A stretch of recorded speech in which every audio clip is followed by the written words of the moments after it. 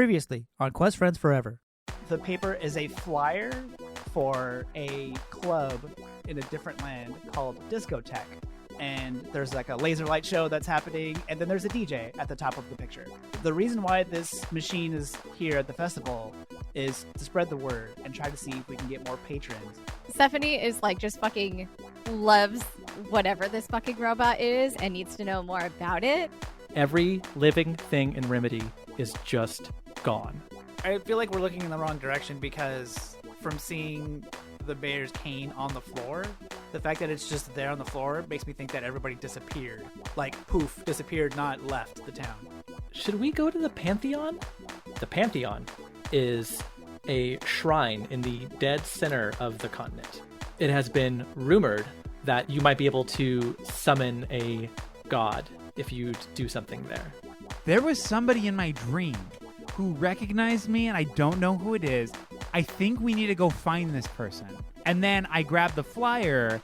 The flyer reminds Val that Val is here on assignment, that Val was sent here by somebody to pass out these flyers, somebody that is expecting them back at some point in the nearby city of Waystar. We have to go to this town. I mean, it's on the way. Let's do it.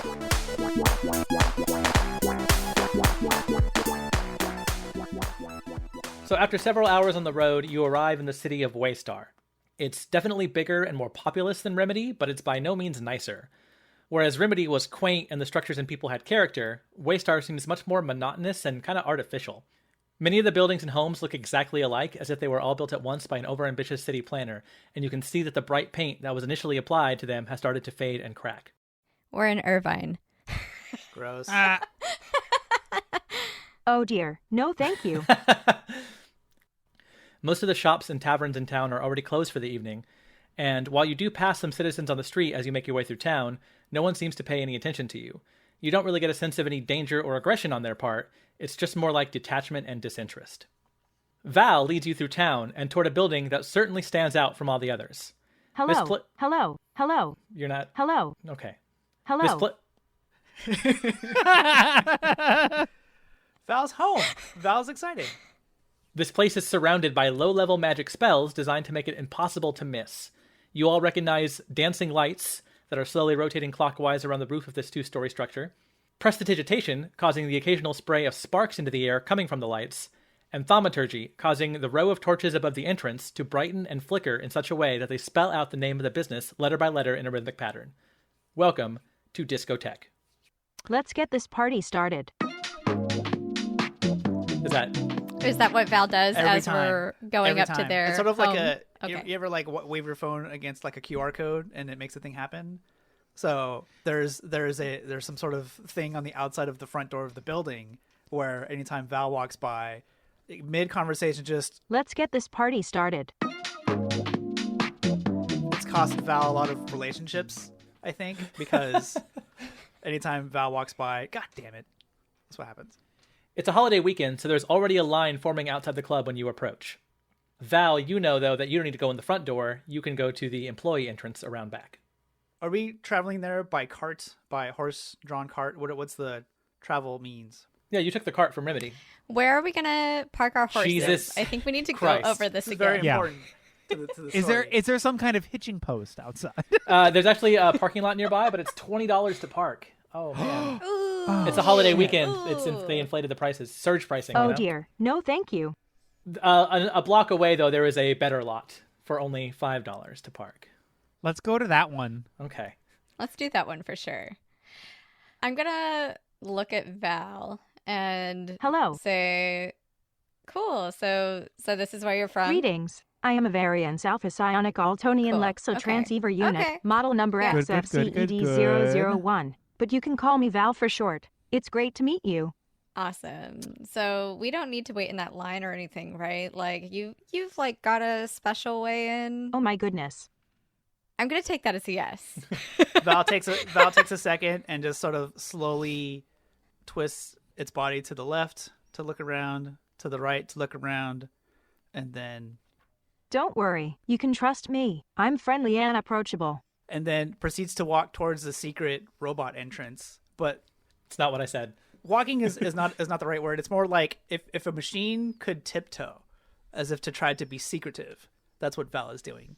So Val doesn't want anybody to know where the employee entrance is Right, because to the discotheque. that would be really hard to charge 15 fantasy dollars a head to get into this club if everybody knew the side entrance. So Val is also fiscally responsible. yeah, Awesome. yeah, exactly. Cool. I mean, I work for an enterprising business. I have to be. You're also a computer, so I'm numbers really make good at sense algebra, to you, right? Yeah, Yeah. that's yeah, true. Cool. Thankfully, the door is guarded. There is a bouncer positioned outside the door today. Since it's a big, busy holiday weekend, they have some extra help. It is a half-orc that you recognize, Val. Hello, hello. You run up. Yeah. The half-orc is holding a clipboard, and he's looking down at it, and he looks up and sees you come in, and he goes, "Little dude! Hello, hello. Val, what's up? Welcome back. How'd it go?" So how tall is this doorman? The half-orc, he's big. He's like 6'5". Okay, so then He's like double your so height. Val almost. runs up and comes to a complete stop in front of him, and then pauses, and then the whole body of the robot tilts back as if Val was looking upward, and constantly just goes back and forth between Hello. and Oh my goodness. because Val is very excited, and is sort of like bouncing up and down with excitement as a robot would. It's good to see you too, dude. Sure thing, sure thing. Yeah, dude, radical. Who are your friends? Val's arm goes up and points directly at Stephanie, Hello, and then the arm moves from Stephanie to Jared, hello. and then the arm goes back down to the side of Val's body, and then Val once again gestures, tilts backward as if to look up, and just says, Don't worry, you can trust me. I'm friendly and approachable. Nice. The half-orc reaches a hand out toward Stephanie first. Nice to meet you. I'm Huge McBig. And then I just hi, nice to meet you. This is Ellie. Hi. Oh, cool. 2 elves. All right, radical. Elves are cool. And then over to Jared. What's up, Huge McBig? What's up, bro? Hi, I'm Jared. Nice. Huge McBig. is Huge your name? McBig, dude. Got it. Good to know. My cousin actually was named Huge. Whoa, really? Yeah. Tight. You're all right with me, dude. He was actually surprisingly small, which was an interesting take on the name. Yeah, dude. Binaries and stuff. Yeah. Yep. Shit. Val senses there's a weird tension that's happening right now, so Val just kind of looks back at Huge McBig and Let's get this party started. Huge kind of starts bouncing with you. Yeah, you excited to get back in there, right? It's gonna be a busy night, dude. Hello. Yeah, I agree, man. Totally. Well, you probably wanna head upstairs, right? See the boss. How can I help you today? Totally. Yeah, I know how it is. So Oh my goodness. Huge McBig reaches down to his belt and takes off a big ring of keys that's been attached to his belt. There's like 20, 30 keys on this thing, but he instantly picks the right one and unlocks the big, heavy employee door behind him and cracks it open and goes, "Oh, when you get upstairs, tell the boss man that those maintenance people will be here today to take care of the bathroom issue." Sure thing. All right, dudes. Shaka, have a good one in there. Hello. Shaka. You just shocked us. gross. I'm shocked. So in you go.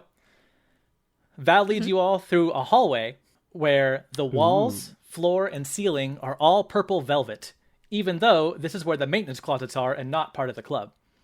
As we're walking through there, Stephanie is absolutely like touching the wall with her hand, just kind of like, I don't care about much, but this is pretty nice. So. And as you're walking, you hear very faint sounds of music coming from where the club area would be, since the night is just starting to begin inside. But you go through this hallway and you go up a staircase to the second floor of the building, which is much more like a waiting room than the area downstairs. There is a small lobby area with a couch and a glass table that's covered in ring marks from coasterless cups and bottles. There is a big just barrel of water on the ground with a single ladle in it and some paper cups laying on their side right next to it on the floor. There is what looks like a small closet with the word toilet etched into the door. And at the far end, there is a regular door with a yellow star painted on it. This door is mostly closed, but looks a little bit cracked. Val reaches up and grabs Stephanie's hand and like excitedly yanks her by trying to show her the water where the water cups are, How can I help you? How can I help you today? and then drags her over to the bathroom, or where it says toilet, and then just kind of points at the door and says, Oh my goodness. and then and then drags her over to. You said there was a couch there. Mm-hmm. Okay, it drags her to the couch and kind of like yanks her to sit down next to them, and just Hello. I sit down. Cool. So this is your place, huh? Greetings. I am a Variance Alpha Psionic Altonian Lexotransceiver Unit, model number XFCED001. Hello. While this is happening, I walk over to the door with the star on it that's slightly cracked open, and I peek inside. What do I see? Ooh, I'm so glad you did. So, you see a human man. Hot. Well, you be the judge. We'll see. A human man, roughly around 50 years old, Yes. sitting Hot. behind a desk. He has long, thin, gray hair down to his shoulders, though he seems to be balding a little bit on top. He's got his feet propped up on one end of the desk, his hands folded in his lap, a lit cigarette in his mouth, but his eyes are closed and he is snoring loudly. Is that a hard pass? No. You lost me on the cigarette. I was close. But then the cigarette, I was like, you know what? Jared, roll a perception check. Okay, so I rolled 11 plus 6 is 17. This cigarette does not smell like tobacco. hey, Interesting. So he's high. nice. Yeah, He's dude. stoned and asleep. What else is in the room? This office is absolutely littered with tools and indiscernible pieces of tech on shelves and even on the floor. There's scrap metal, there's loose wires, there's a rusty-looking blowtorch, there's little half-built contraptions that look designed to accomplish simple tasks but probably make them way more complicated. And the only place that these items don't cover in this room is the back right corner, where there is a single green cot on the ground with one pillow and one blanket on it. Back in the other room, now that Ellie and Stephanie are sitting on the couch, Val jumps up, runs over to the water bucket with the paper cups, grabs 2 paper cups, and with both hands kind of scoops them into the water, makes a big splashy mess. Just totally non-elegant whatsoever. And then hurries back over to Stephanie and Ellie and holds out the paper cups. How can I help you today? How can I help you today? Stephanie just like looks at Ellie and grabs the water and says, "Thanks, Val." Yeah, thanks, Val. Sure And then thing. I like telepathy wise, I tell Ellie, I'm just like, this is very adorable and this is very sad. I think Val is worth more than this. As soon as you take the paper cups. So the couch, I imagine, it probably, I'm just making this up now, but say the couch fits 4 people and you and Ellie are sitting next to each other. Val immediately tries to sit in between you very uncomfortably, but sort of like in a snuggly way. And it's also very short, so its little robot feet are now dangling from the couch as like an excited child. I pat Val on the metal shoulder area and say, "Thanks for having us. You're Sure thing. Sure Okay. thing. Uh-huh." I'm gonna start to try to talk to Val because I'm very concerned that like Val is underappreciated here. So I'm just gonna say like, "Hey Val, like, is this where you work or is this where you sleep? Is this your home?" How can I help you today? Okay. Do you also live here? Sure thing. Is this your room? Oh dear. No, thank you. Where's your room, Val? Val's hand points up towards the door that says toilet. I'm sorry. Aww. I'm sorry. You live in the toilet closet? Oh dear. No, thank you. Okay.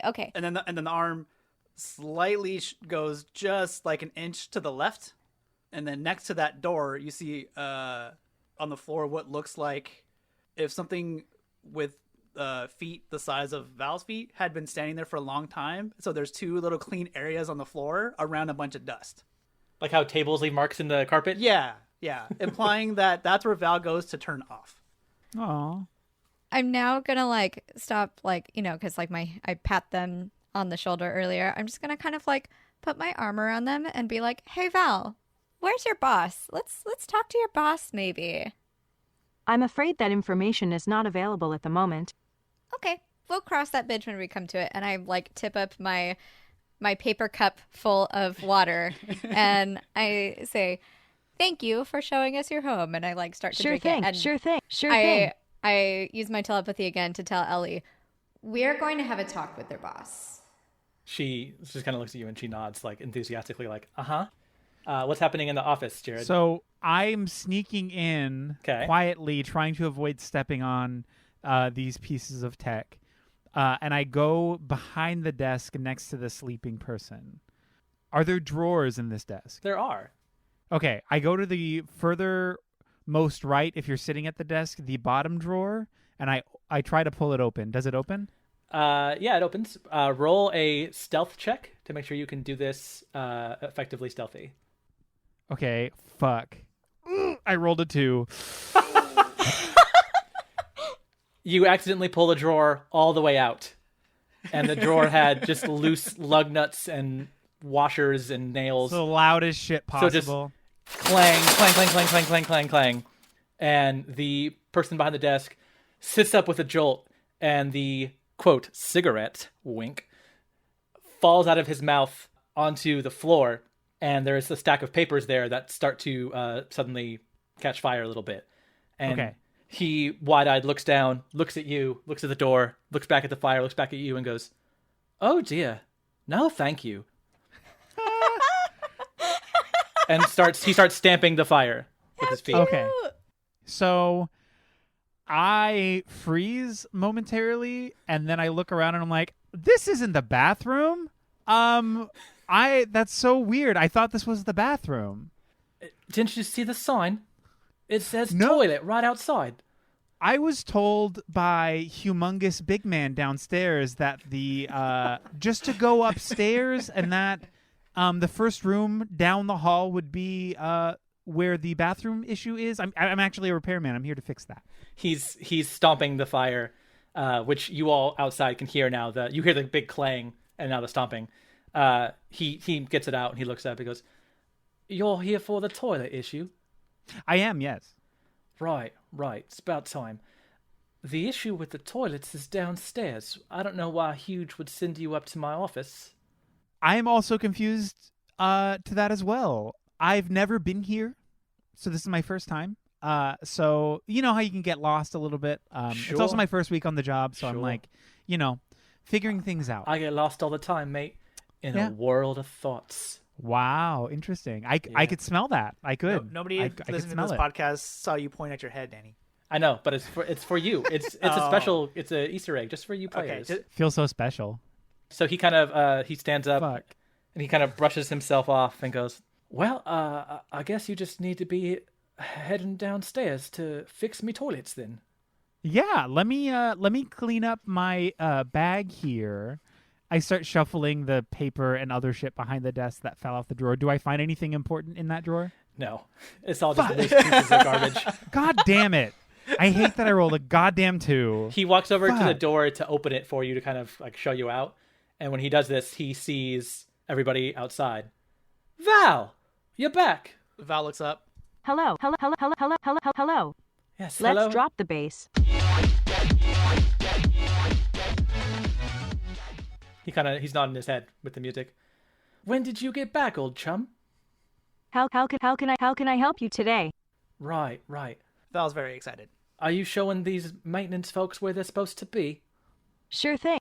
Oh, I'm sorry. We're not maintenance. We're actually Val's. I look at Val. Friends?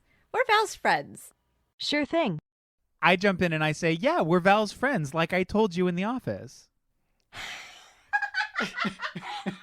He kind of looks back at, because you're still in the office, he looks back at you, Jared, and he goes, "I thought you were here for me toilets." I was asking where the toilets were located because I need to use the bathroom. He thinks, and he says, "Well, my memory ain't what it used to be, but all right, sure. Fantastic. Sorry for mishearing you, mate." We're outside of the office now, right? Yeah, you're all like kind of around the doorway. So at this point, I acknowledge the toilet room and I say, "Oh, shit. Look, there it is. My bad. Wrong door. I'm going to just go use the toilet now. I'll be right back." And so I go into the bathroom. Oh, you go in. Okay. It is a closet at best. a like 3x3 like It's a Bender's apartment. it's yeah, exactly. It's an Okay. airplane bathroom. Everybody wants to know, is there fantasy plumbing? Oh, as in a chute Is that there, drops to the like, ground? Is there running water and stuff like that? Are we like, what kind of D&D are we playing here, Danny? Because Yeah. I mean, Is there a seat with a hole, and the hole is just directly above the alleyway below? So Yes. if you happen to be walking at the wrong time in the alleyway, you will literally be shat on. Are there also multiple seats in this room to congregate and have conversation? yeah, is this like a Roman toilet? Definitely not congregating in the airline bathroom. Understood. I mean, it is 3x3. I guess that makes sense. It is shaped like a toilet, but there don't seem to be any pipes or anything coming out of it. It's kind of Ooh, just so it's it's more of a receptacle. interesting. So it smells. So it's like a It's bucket. not great. Yeah. It's not great. Got it. So then, what would be broken about it? Well, the broken ones are downstairs. Oh, Is there anything in this room of note, or is this just a stinky bathroom? There's a mirror that's all scratched up and has like some like initials carved into it. What do the initials say? One of them says 420 forever. Okay. Blaze it. Well, no, actually, in this world, it's just April 20th. It's just a nice day. It's Oh, interesting. just a nice spring summer day It's that for the this person harvest. enjoyed. It's for the harvest. yeah. Okay, so I immediately, as soon as I had closed the door, noticed nothing, I immediately opened and be like, all done. Thank you so much. That was perfect. What a lovely toilet. Really enjoyed myself in there. Thank you. That was awful fast. Yeah, You're quite long speedy. journey. What can I say? My time is valuable. It means a lot to me. So While they're both talking, I'm going to go inspect Val's room, quote unquote, and just see if there's like a charging thing, if there's like, I don't know anything about robots or anything. So I'm just going to see if there's anything special about Val's room or if it's a corner that they just hang out in. So, Dave, you said it's not a room. It's just a It's spot. It's not a room. It's just a spot on the floor that you can tell something had been. It's like if a Roomba had a resting place where it's not Okay. really like dock or anything. It just goes and then turns off.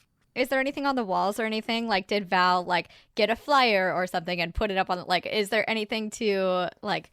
Have you decorated your cubby Have space? you decorated your spot? The same handwriting. It's weird. The same handwriting that was on the mirror in the bathroom is scratched out on the wall next to this spot, but it's just ones and zeros. Cute. But there's also a weed leaf for some reason. Oh, shit, dude. Oh, Yeah. party. So Mr. High Boss Man is chatting to the group, right? Like, is distracted. We're all kind of in a group having a conversation. Well, I mean, he was trying to, and y'all kind of went in different directions. So he's kind of just standing there, kind of rubbing his eyes while y'all look around his office, I guess. So after Stephanie gets up to go and sort of inspect this spot on the floor, Val jumps up and runs towards this man and says, Hello. Yes. Oh my goodness. Right. Uh-oh. There seems to be Uh-oh. some trouble with my memory engram matrix. I'll Oh, begin no. the diagnostic protocol. Just a sec. and then both arms go up towards him in the same fashion that like when a small child wants to be picked up by their parent. He pats Val's glass dome, which is sort of the head, and looks at the group and goes, "This happens sometimes." I look over at Stephanie and I do the big like wide eye like gesturing toward this man And then over I'm and gonna over again. and then I'm gonna like look at you and give you like the nod, and then like look over at Ellie, and I'm gonna telepathically say, "Can you just ask him to like show us Boss Man? I guess like get us out of here, yeah." She looks over you and she sees Jared and Stephanie making faces at each other, and she kind of looks confused for a second. And she steps forward and she says, Distraction. "Well, yes, we're friends of Val. We met in Remedy. Nice to meet you. My name is Ellie." And he looks up from Val and looks at Ellie, who has her hand extended very eagerly, and he reaches out slowly and shakes her hand and goes, "Nice to meet you. My name is Domino Jack-O-Lantern." I'm so sorry I have to leave. So it's been really fun, guys. Did you say that in character in the game or the ending of this podcast? No, this is me, Eric Lefebvre, signing off. Thank you so much. Appreciate it. Daddy Domino, as we're going to call him. But most people call me by my initials, which is also my stage name, DJ. I'm gonna throw up.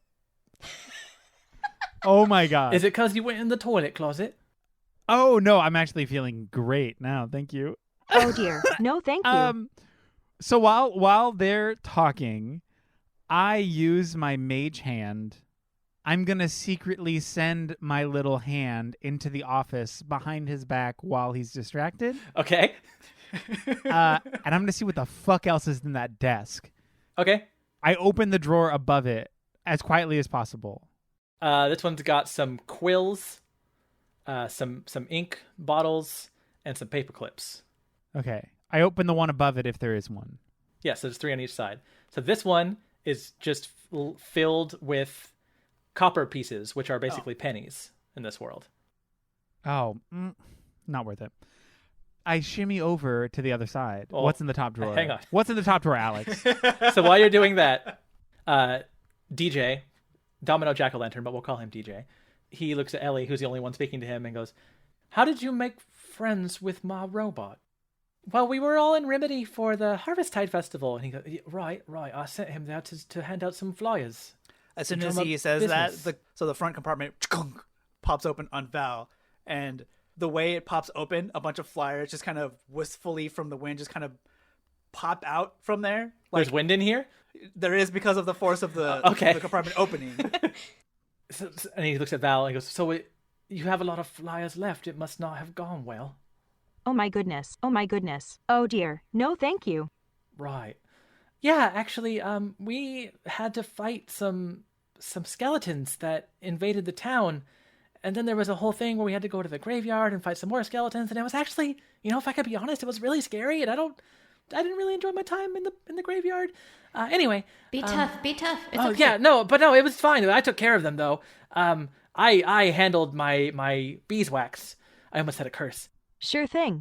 And she gets kind of sad. She goes, but when we got back, all the people in Remedy were gone. They're missing. It's like they just kind of vanished. And we're going to try to find out what happened to them. And Val helped us, though. Val was there, and Val helped fight the skeletons and is trying to help us figure out what happened. Don't worry. You can trust me. I'm friendly and approachable. The people in Remedy disappeared.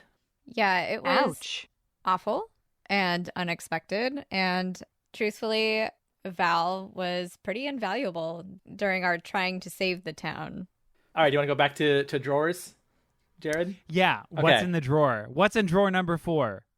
At the top, there is a single wrench. Okay. I'm going to take it out of the drawer and place it on the ground and then see what's in the drawer beneath. Okay. The drawer beneath it's like rags and like polish spray. Okay. I'm going to leave that. And then I'm going to open the drawer beneath that. That one's locked. Are there keys near me? Are there keys on his belt loop?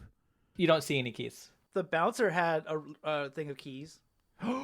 Shit, he did, huh? Also, you're a rogue, so you might be able to use lock picking. You are Things. a rogue. That's Picking true. locks is one of your things. Oh. So I quietly call back my hand, and I put my personal hand with the thieves' tools in it behind my back. And then, as this conversation's happening, I say to DJ, "Hey, DJ, did that door just fall off the hinges?" And I point to the bathroom door. He looks. At that point, I give my thieves' tools to the hand as he's looking and send my hand back into the office. He looks back and says, "I don't think it moved at all, my friend. Are you? Do you partake? Are you seeing funny things?" I say, honestly, it's just been a long journey. I might just be seeing things. I'm a little on edge after the skeleton attack. If I'm gonna be honest, I myself have been on quite a few long trips. Wink.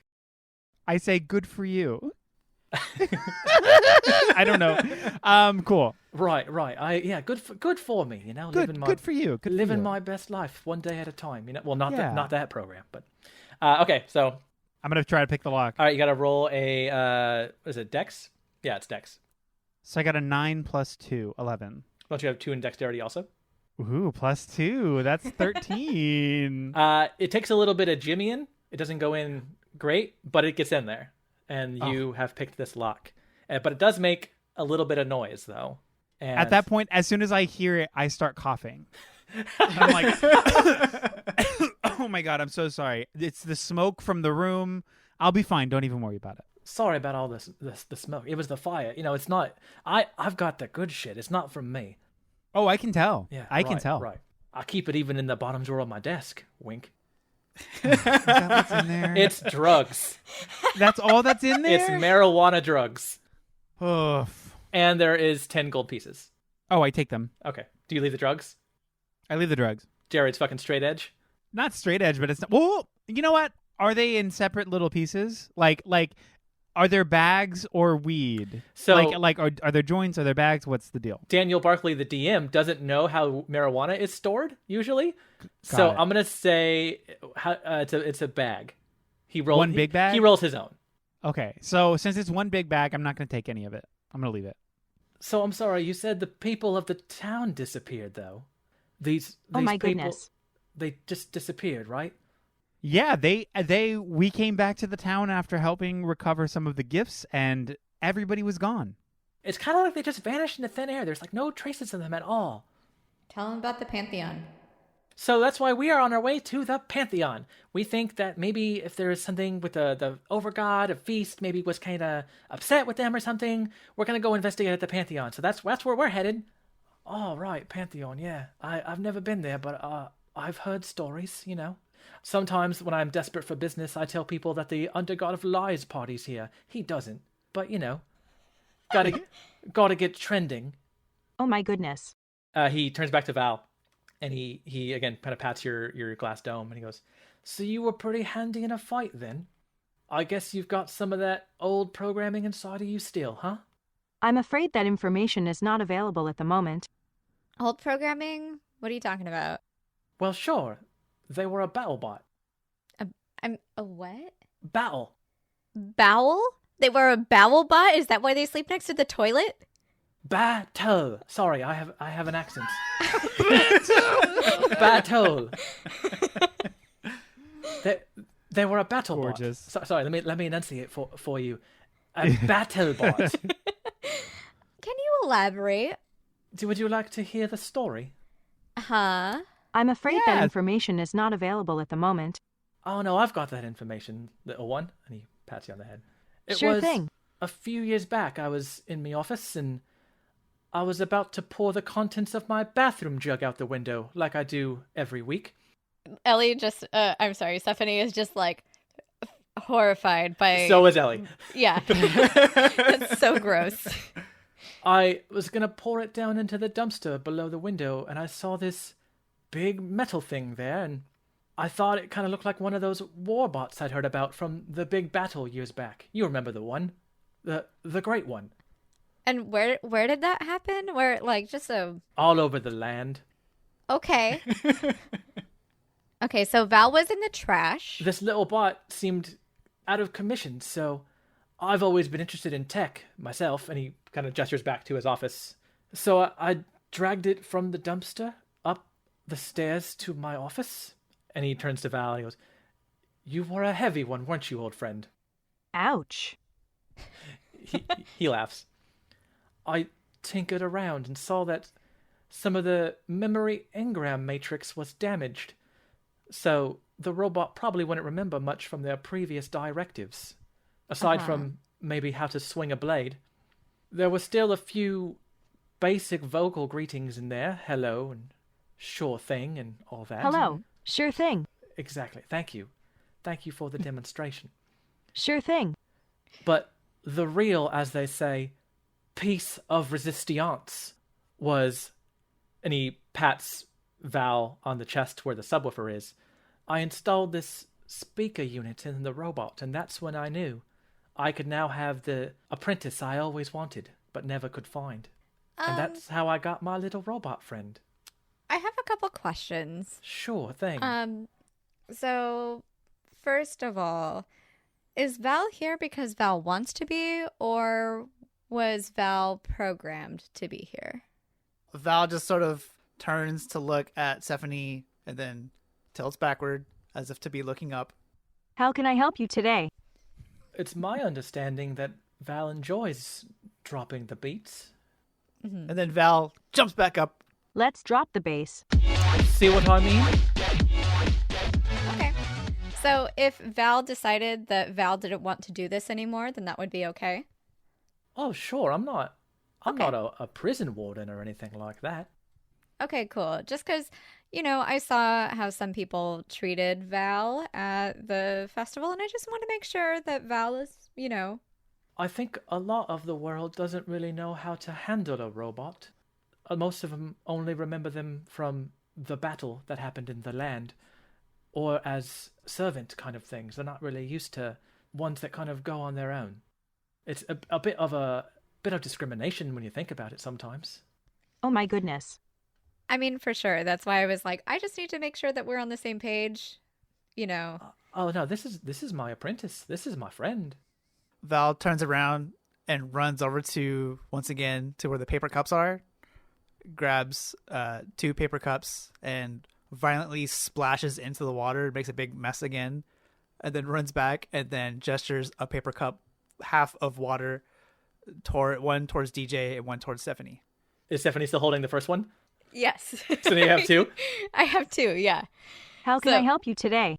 He looks outside the window and sees where the sun is. Well, it's about time for me to begin my set downstairs. You're welcome to stay here if you want, or you can come down to the floor. But as we say in the business, let's get this party started. And he starts to walk away, but he stops for a second and goes, oh, actually, Val, could you go downstairs and talk to Huge? We had a bit of a problem in the club while you were gone, and I want Huge to make sure everybody knows the details. Sure thing. Okay, call to adventure for this episode vibe. Yeah. I'm gonna ask the DJ, hey, I know that we have the set or anything you guys are gonna do. Could I kind of pick your brain at some point about what Val is and stuff? Because this is very interesting to me. I've never seen anyone or anything quite like Val, and I would just love to understand some of this stuff. He smiles when you say you haven't seen anything like that before, and he beams down at Val, and he looks back at you, and he goes, quite one of a kind, ain't they? Yes. Yeah, we can have a chit-chat, as we say, where I'm from.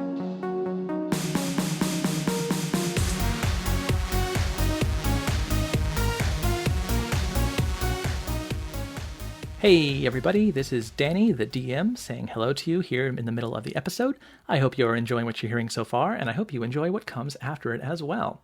Thank you so much for your listenership. We appreciate it very, very much.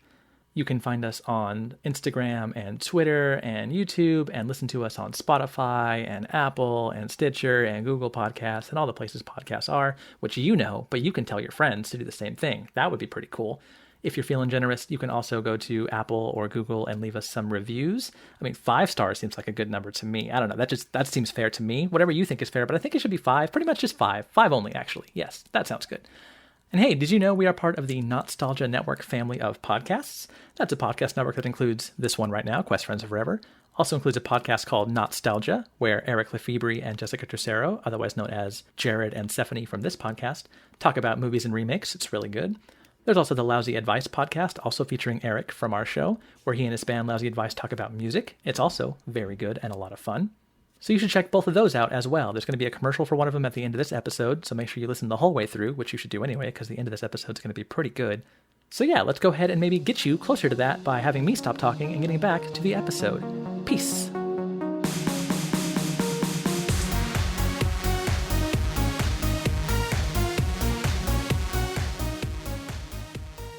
Val leads the charge and runs down the stairs and runs straight up to Huge McBig. Well, you don't yet. Okay.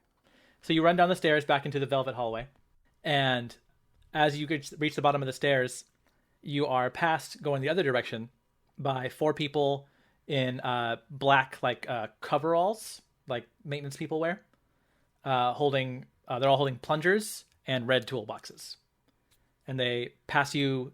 They go to the right of the staircase, like toward the actual club. Question. Yes. Why do they have plungers when we've established that it's a bucket that they shit in? Suspicious. Maybe you should say that in character, so that okay. way the team knows. Well, okay, I'm just trying to like understand. Like, is there plumbing and running water and all that also, in Fantasyland, or do plungers exist if everybody just shits in a bucket? Well, we don't know if everybody should. So, does running water and plumbing exist, or does it not? Does he just like the bucket up there? What's going on? Is he old fashioned? In this world, let's set some world building about toilets. In this world, those things, yes, Long overdue. do exist. They do, in fact, exist, but not everywhere.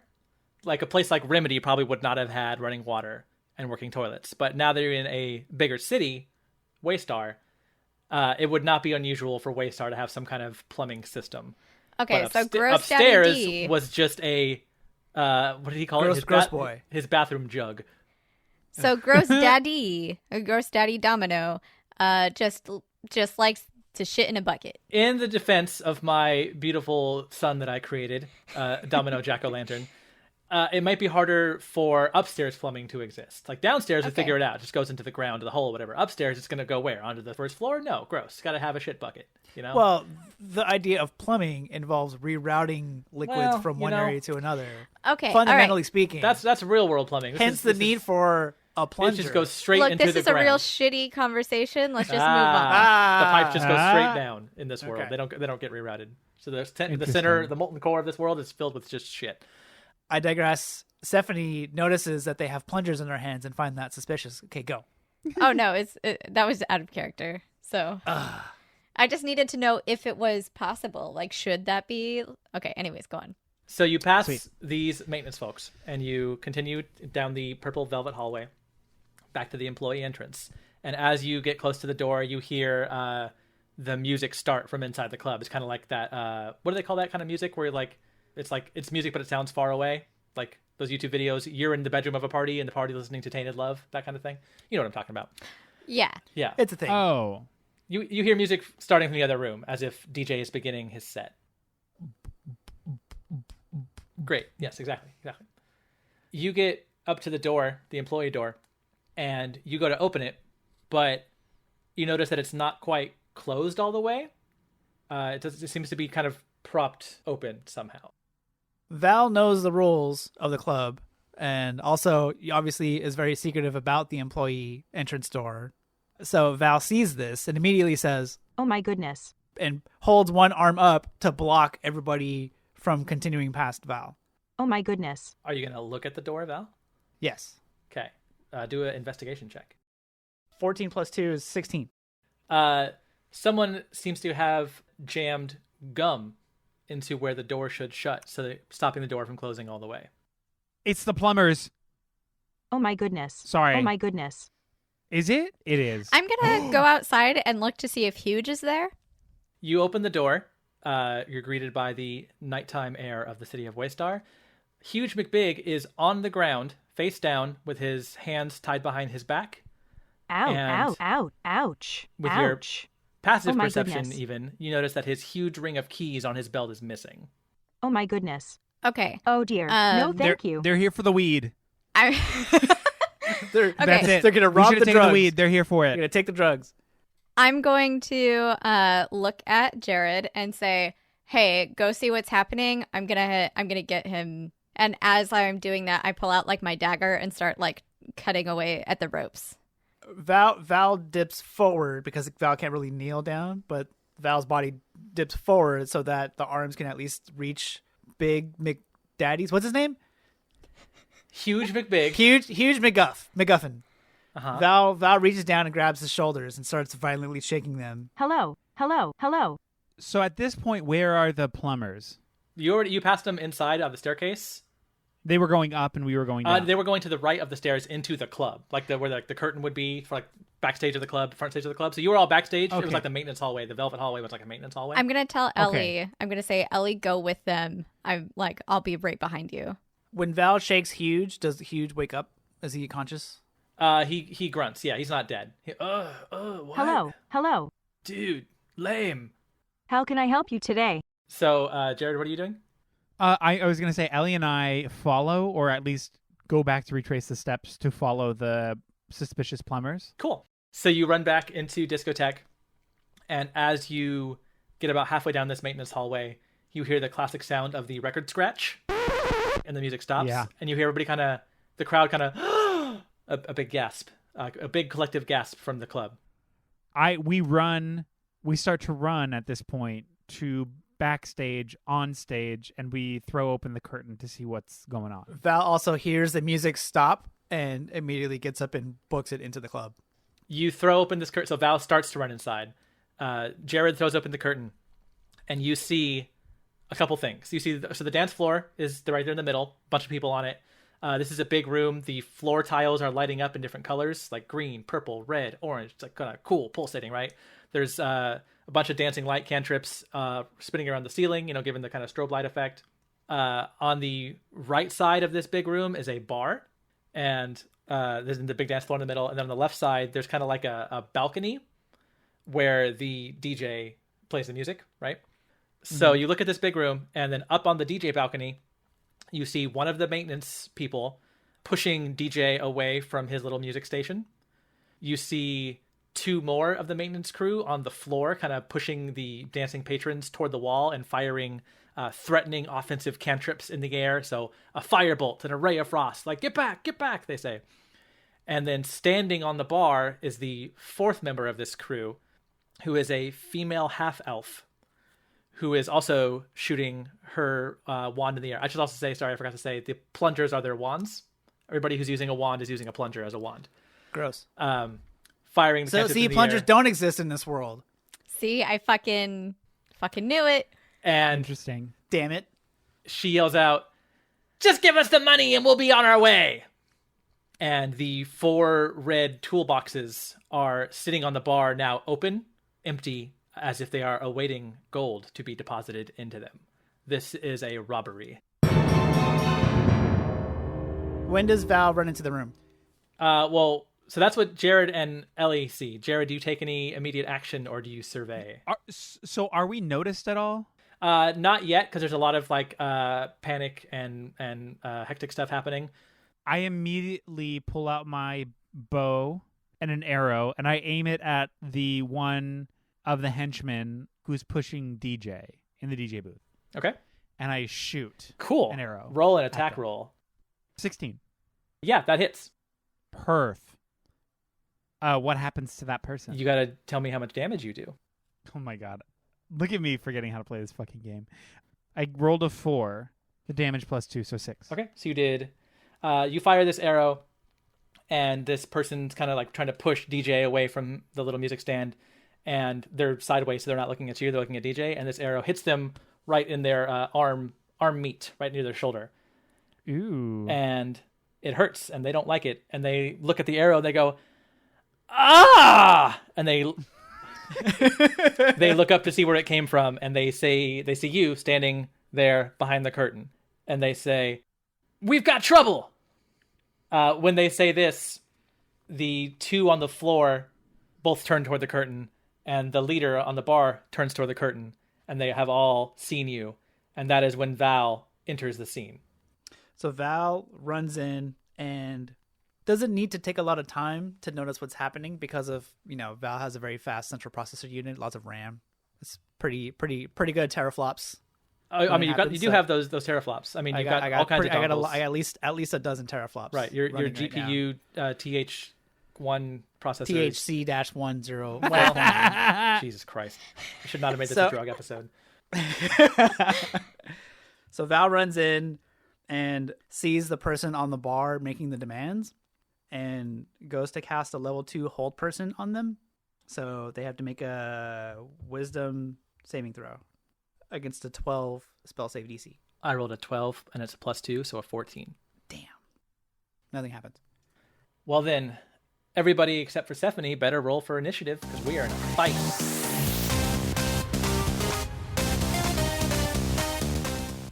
So as this conflict begins inside, Stephanie, what are you up to?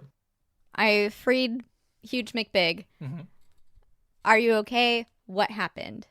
I got bonked on the noggin by a toolbox, man. Dude, that sucks. The plumbers were here, and I was gonna let them in, and they just like donked my noggin, dude. Okay. Weak sauce. And I heard like did I hear like the scratch and the music and stuff stop? Sure. Okay. Is he the turtle from Finding Nemo? No, dude, it's different. Okay. Okay. I think shit's going down, so we should maybe get in there. Yeah, they seem like bad dudes. I'm a little bit woozy. You go on. I'll be right there. All right, sounds good. Okay. So you're going to sit out around. Val, you're up first. Again, Okay. So you're in this club. The lights are all still going. So it looks Yeah. cool as hell. Hell But there's no music. What kind right of now. what kind of Matrix music are we listening to here? No, there's no music. Remember they did the record scratch. You sure about that? And so you just kind of hear the sounds of like people kind of like... Are you sure about that? Let's drop the bass. Vicious mockery at the same person on the bar. Okay. Honestly, that's a great song for a fight sequence. Good For a job, fight Dave. sequence in a discotheque, it's perfect. Once again, a wisdom saving throw. I rolled a 4 plus 2 for a 6. Nope. So you take a D4 psychic damage and have disadvantage on your next turn Ooh, okay. for 3 damage. Not a lot, but hey, you have disadvantage. The lady on the bar kind of grabs her head and is like, drop the bass. Oh, next up is one of the ones on the floor. So on the floor, there's a male and a female. The male of the two sees Jared shoot his friend and kind of sees that there's trouble happening. And they drop their wand and they start to change. They shapeshift into a jackal were, which is like a werewolf, me? but a jackal. So it's a humanoid jackal now. Interesting. Okay. And their clothes all kind of morph with it. So now it's just kind of just wearing like it's still got pants. We're not hanging anything here, but it is now an upright humanoid jackal were who lets out a frightening howl at the top of its lungs. Next up is the ringleader, the lady at the bar. She's shaking her head still from the vicious mockery attack. And she surveys the room and takes a look at these people who are trying to stop her robbery. And she puts her hand on herself. And you see the magic users in the room recognize a little bit of magic happening here. And suddenly she seems a little bit tougher. And that is what I will say for that. Jared, you are up. I'm gonna just fucking kill him. Okay. That's crazy. No. Should I? I don't know. They're bad, right? I don't know. They're all bad. I'll say as far as D&D rules go, if you let me know that you're trying to get somebody non-lethally, we can do that. And then when they go to 0 hit points, we can say they are knocked out. If you make that very clear with your intention before the attack. So like if you say I'm going to stab him in the heart, I'm going to go, okay, well, he doesn't get unconscious. He dies, right? But if He you dies, say yeah. I'm going to try to, Vulcan neck pinch him so he goes unconscious, and that's your attack or whatever, we can do that too. Okay. I'm gonna Vulcan neck pinch with an arrow, implying that I want to knock. I mean, obviously, I want to injure them and knock them out, but I don't want to kill them. Okay. I don't want to kill any of them. So why don't we say you're aiming for like his leg or his knee or something? Oh, Achilles tendon. I'm going for the Achilles. Okay. Roll an attack. And this is at the same person I shot. On the balcony previously. with the DJ, right? On the balcony, Okay. yeah. I got a 9 plus 4. 13. 13. You hit. Ooh, okay. Let me tell you how much damage. I rolled an 8. Hold on. Plus 2. Plus 2. 10. 10 damage. That's a big hit. Directly in the heel bone. Perfect. Just dead center, dead middle. And Gorge. he does the thing. Remember in Ace Ventura when he looks at the spear in his knee and he goes, ah! Like that? Yep. Exactly that. It's so much so that Perfect. it's probably going to get us sued. Love. And he wobbles and kind of drops to one knee. Not unconscious, not out of the fight, but definitely wobbly. Next, it's his turn, actually. Cool. From his knee, he's still down on one knee. He doesn't like this, what's just happened to him. And now that he knows who is doing it to him, he raises his plunger wand and casts a spell at you, Jared. Oh no. Oh no. You recognize this spell as a sacred flame. You must roll a Hot. dexterity saving throw. 19. Woo! Okay. So, tell me how you expertly dodge this. In Oh, slow fuck. motion. Are you ready for this? So what I do essentially is as I see it coming, I look at the flame and I say no. And in that moment, the flame just diverts around me. The flame splits in half and goes both pieces of flame go directly around me and hit the back wall. Wow. You neoed it, huh? I did. It's pretty impressive. Thank you. And at this point, everyone who has noticed this action looks with mouth agape, so proud of me, wishes they were me, wants to be me, and wants to be my friend all simultaneously. I'm feeling all of these feelings in this They're moment. loving it. They're just loving it. They're loving it. They're eating it up. They're like, is "Excuse the me?" crowd now like cheering for him? Yeah, they're like, I thought Matrix 4 wasn't coming out till next year. What's happening here? Next is the other person on the floor, the lady on the floor, who pulls out a crossbow, a hand crossbow, and Fuck. takes aim at Jared, since Jared is garnering all this attention, and Fuck. fires off. I mean, a that's what I hand. get for being pretty, I guess. Fuck. Okay. Everyone wants to come for the popular kid. Everyone wants to get me. She rolled an 11 plus 4 for a 15 against your armor class. So that's going to hit you. So as you are focusing on this flame coming at you that goes right behind, from the side comes this arrow that you were not focused on, and you take 4 points of damage as the arrow also hits you in the arm meat. It is at this moment that Stephanie arrives into the fracas. Okay. Paint a picture for me, DM. What do I see? Since this is my origin story, can I say what the club looks like? Yeah, It's Tron Legacy meets steampunk. it's another Tron Legacy reference, huh? Yeah, there's a lot of those. I mean, it's all the only thing you see in here, like all the colors are mostly that blue that you see from Tron Legacy, and the white. So it's sort of cool, futuristic looking, but also we're in the fantasy world, so it's also kind of steampunky. So there's still like rivets and shit everywhere. Cool. Yeah, the So floor that's- is like the sidewalk from the Billie Jean music video. Got it. Got Great. it. Cool. I'm gonna turn into a lion, is what I'm gonna do. Holy shit. Okay. I'm gonna It's use getting crazy up in the club. I'm gonna use my bonus action to turn into a lion. Great. And then I'm going to use my pounce move. As long as I move 20 feet straight towards the creature, I can hit it with my claw attack on the same turn. Who are you pouncing on? The jackal dude, clearly. Nice. Yeah. Like, that's my whole thing. So, Don't steal the spotlight, Jackal. yeah. So I have to make a saving throw? Yes, make a strength saving throw. I rolled a 6. That doesn't pass. So, Didn't think it would. Jackal's going to be prone. So, I get to make a claw attack and I get to bite that fool. So, So paint the picture for me now. How that okay, looks. great. I walk into the club and I see a plumber person who clearly we've established there's no such thing as a plunger, right? So I just am done with this. So I turn into a lion and I just run straight at the jackal dude. I'm like, hell no. And I roll a 17 to claw him as I jump onto him, right? A 17 plus 5. Absolutely. So I just I'm pinning him on the ground and I get like my claws in him pretty good. So that's 8 damage. And then I'm gonna bite him. I'm gonna, Is he yeah, now and then prone? I'm just gonna bite him because look, these people don't need this right now. That's a crit. Ooh, Ooh. Okay. bite off his junk. So 3 plus 3 is 6. So 12 damage? Mm-hmm. Wow. Okay. This guy looks upset and bad and hurt and sick. And And then I just look at him and I go, "Roar!" Like He- right in his face. he roars back out of instinct, but it's not a very strong, convincing, frightening one. Ellie sees this happen and her eyes are kind of just wide, like, oh, shoot. Ouch.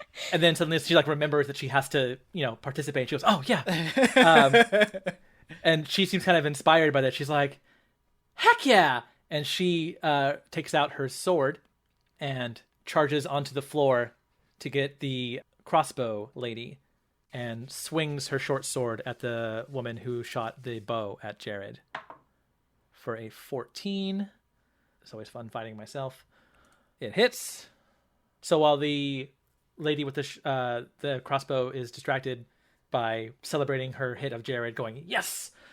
Ellie walks up, or runs up, I should say, with her sword and takes a swipe that gets her across like the hip. Like Ellie kind of slashed downward and cuts her across the hip for 3 damage.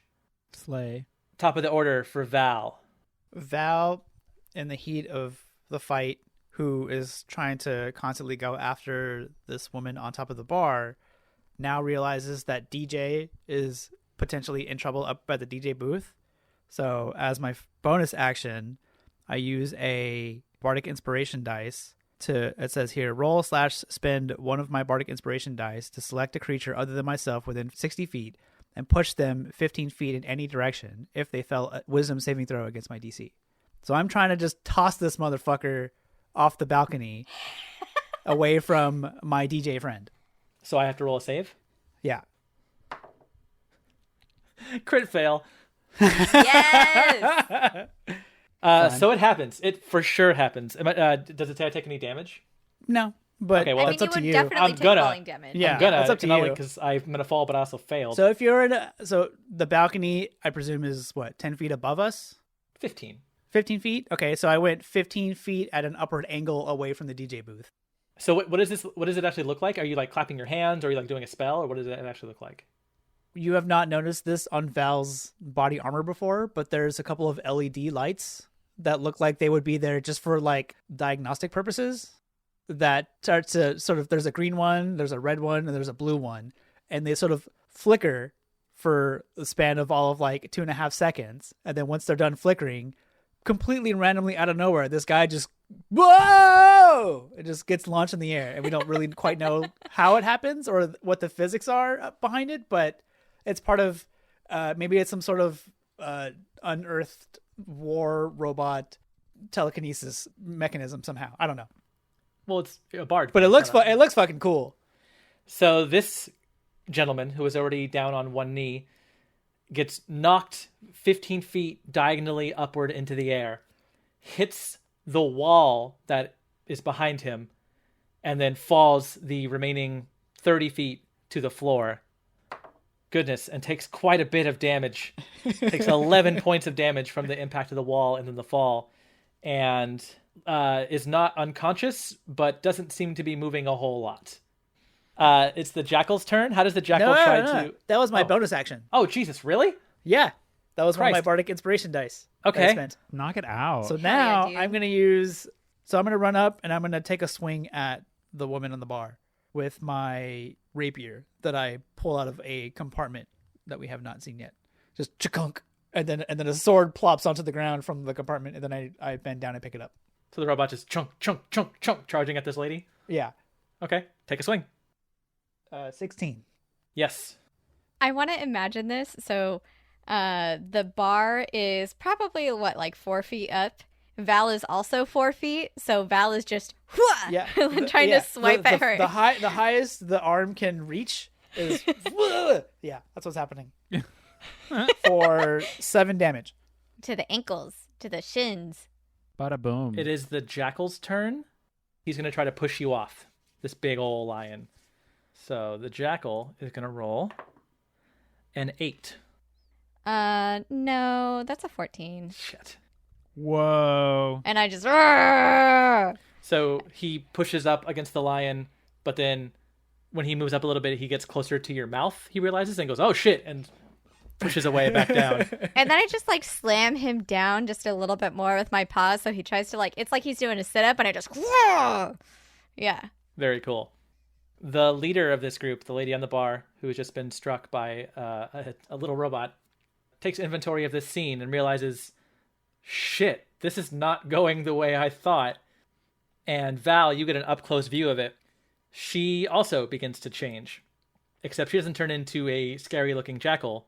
She starts to shrink smaller and smaller and smaller and smaller and smaller until she is very little, and you can no longer see any sort of humanoid person on this bar, Val. I would say roll a perception check, Val. 15. You look around and you don't see where this person went until you notice something that is kind of weird. This is usually a really kind of clean, tidy place, except for upstairs with the toilet factory. Oh my goodness. Oh my goodness.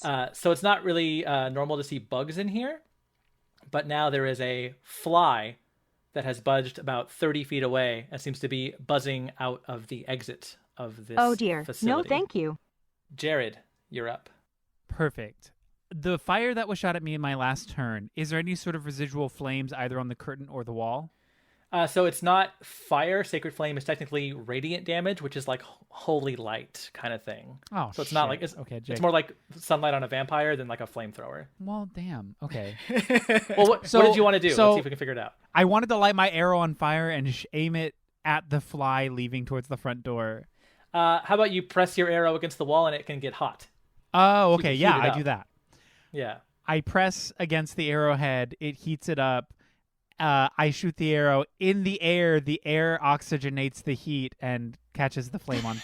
Catches flame. I'm going to make you Science. roll a perception to see if you would notice the fly, because this is a tiny fly now in a big room.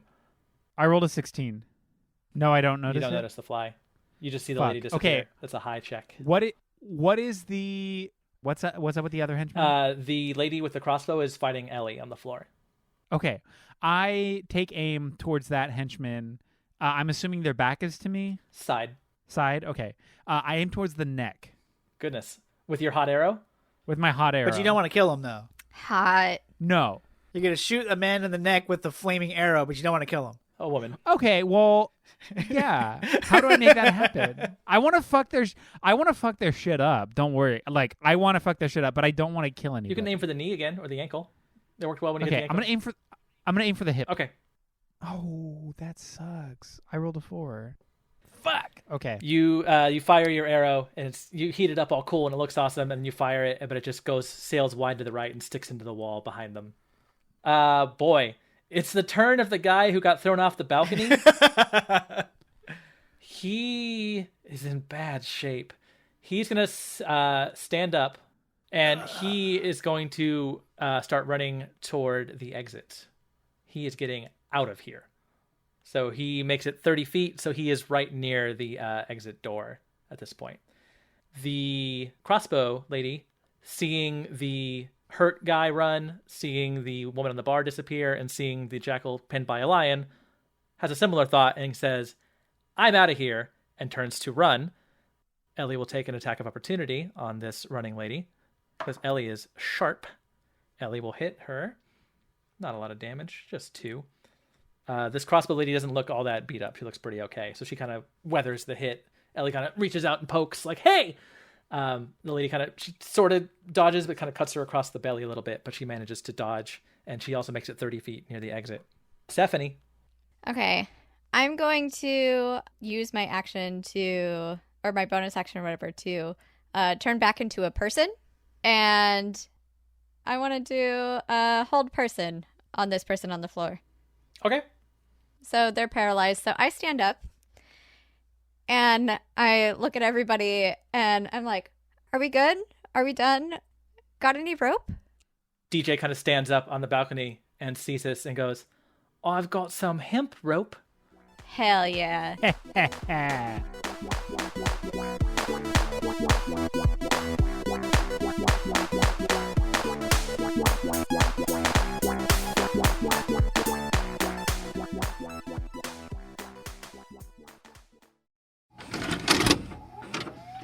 This podcast has been brought to you by the Nostalgia Network. Visit thenostalgianetwork.com for more. Hey everybody, I'm Eric. I'm Shelby. I'm Jake.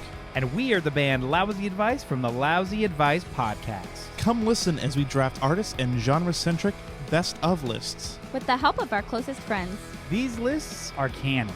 And there's not a goddamn thing you can do about it. From Misfits to Cher. Green Day to Gaga. Or Pup to Paramore. Listen to the Lousy Advice Podcast now, or else. Stream us on Spotify, Apple Podcasts, the Nostalgia Network, or wherever you get your podcasts. And don't forget that we are the band Lousy Advice, and this is our podcast, the Lousy Advice Podcast. The Lousy Advice Podcast? The Lousy Advice Podcast.